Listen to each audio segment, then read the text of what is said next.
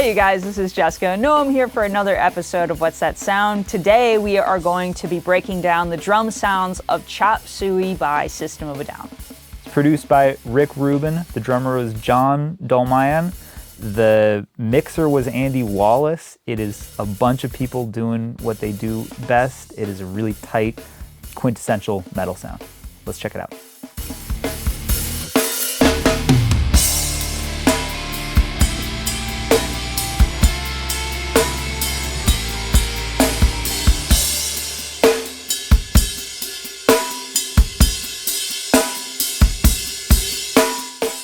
For the drums on this track, we used our 70s Gretsch kit, but we also added an additional tom, my Ludwig new Sonic 10-inch, to round out the toms for this song.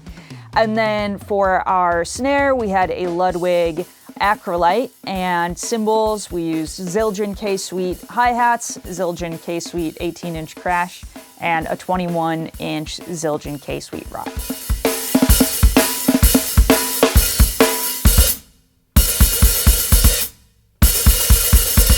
So for System of a Down, there's a lot of aspects of this that are really down the middle, especially for the time. They're using really traditional recording techniques for the the 2000s. So the thing that makes this drum recording unique is just that it sounds really, really good. It's just a really good version of the stuff that everyone was doing at the time. It is people at the top of their game. It's Andy Wallace mixing it as well as it can possibly be mixed. And in order to get something sounding that good, you just have to make sure that all the fundamentals of recording are really in place, right? So we're gonna talk about just some of the fundamental stuff that we gotta watch out for when we're recording this.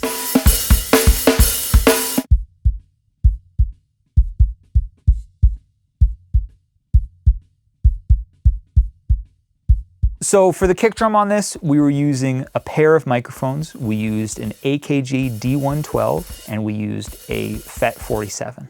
The D112 was inside of the kick drum. The FET 47 was outside. This is a super classic setup. The D112 is like a particularly good microphone for like metal things that need more high-end, more clickiness in the kick drum. That's a really great microphone for it because it's kind of got that EQ baked into it. And then the FET 47 is just there to balance it out, right? To give it tone, to give it length.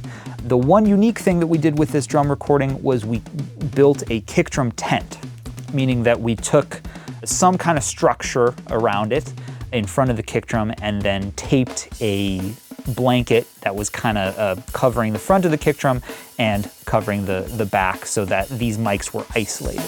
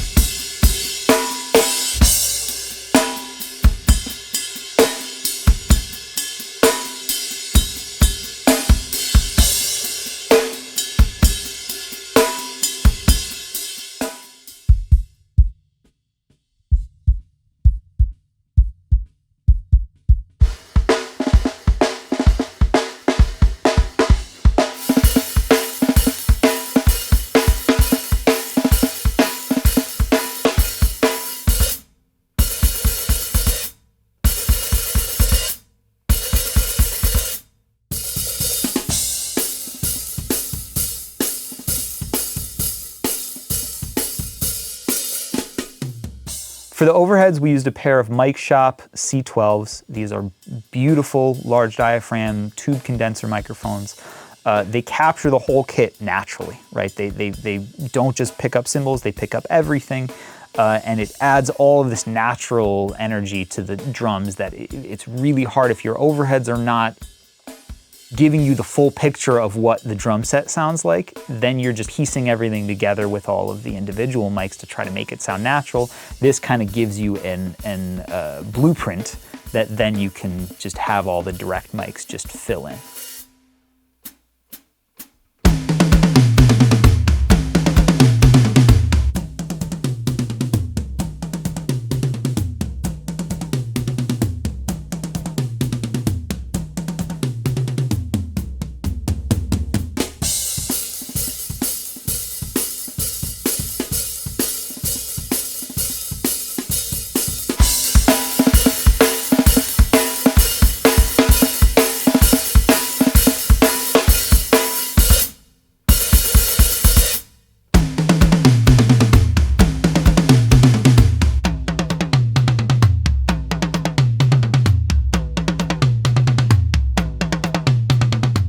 So for the toms, I knew it was going to be super important. So we gave it some extra care because they are, 70% of the beginning of this song is toms. The number one thing that I can tell people about recording toms successfully is phase is one of the most important things that you can deal with. When I talk about phase relationships when recording a drum kit, I'm talking about how multiple microphones are adding up together. If you have two microphones and they're creating waveforms of the same instrument, of a tom, let's say, they can either be trying to push the speaker in one direction together, or one of them could be trying to push the speaker in one direction and one of them could be pushing it in the other. When you have that is what's considered out of phase. And the result is you lose all of the low end, right? You lose all of the low end, you lose all of the presence. And those two things together are the most important things for toms. So there's a really specific technique that I use in order to make sure that all of my phase is right for my toms. I use it to make sure that my phase is right for everything in my drum kit. When you're recording drums, start with your overheads. Make sure that your overheads are in phase with each other. In order to do this, you can pan them centered, right? Both of them mono, and use your phase button on one of those microphones to flip it out of phase and see if it hollows out. See if it gets further away, see if it gets thinner, right? If it does, it means perfect, because it means that you started out in phase. So you can flip that phase switch back, you know that your overheads are in phase with each other. As you start adding other mics, you can consider those overheads as concrete phase, cemented, meaning you're never going to touch those phase switches again. Those ones are staying put.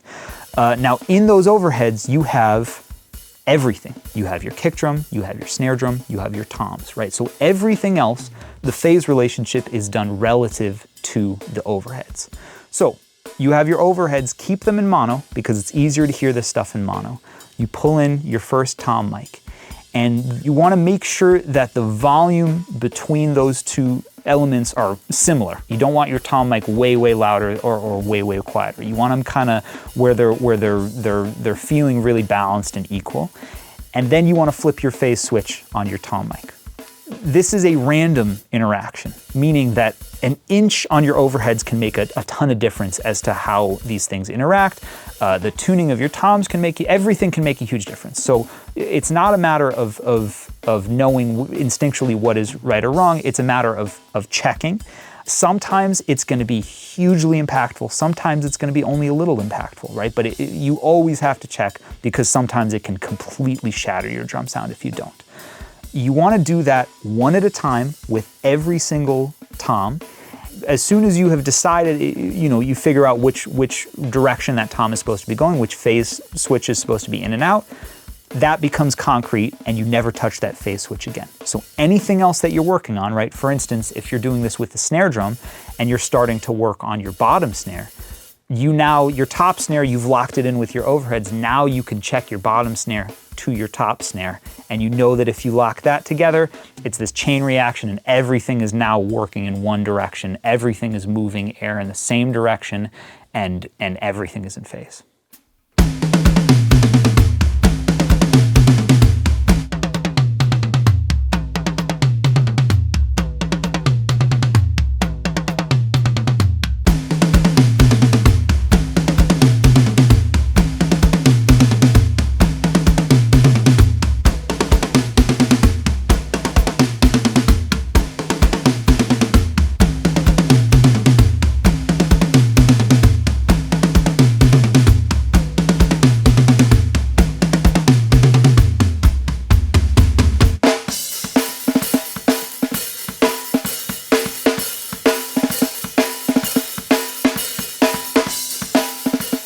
On snare drum, we used a pair of SM57s. We had one of them on top, one of them on bottom. When you have a top snare and a bottom snare, the two mics are facing the same instrument, but they are facing opposite directions, which means that one of them is going to be out of phase with the other. Now, the question is, which phase switch do you push? So again, we pull up our overheads, we check the top snare to the overheads and try the phase switch, see which one makes the snare come forward, which one gives it more body. Then we can mute our overheads, and the top and the bottom snare together, whichever direction the top snare is going on phase, the bottom snare goes the opposite, and it should lock in really, really well.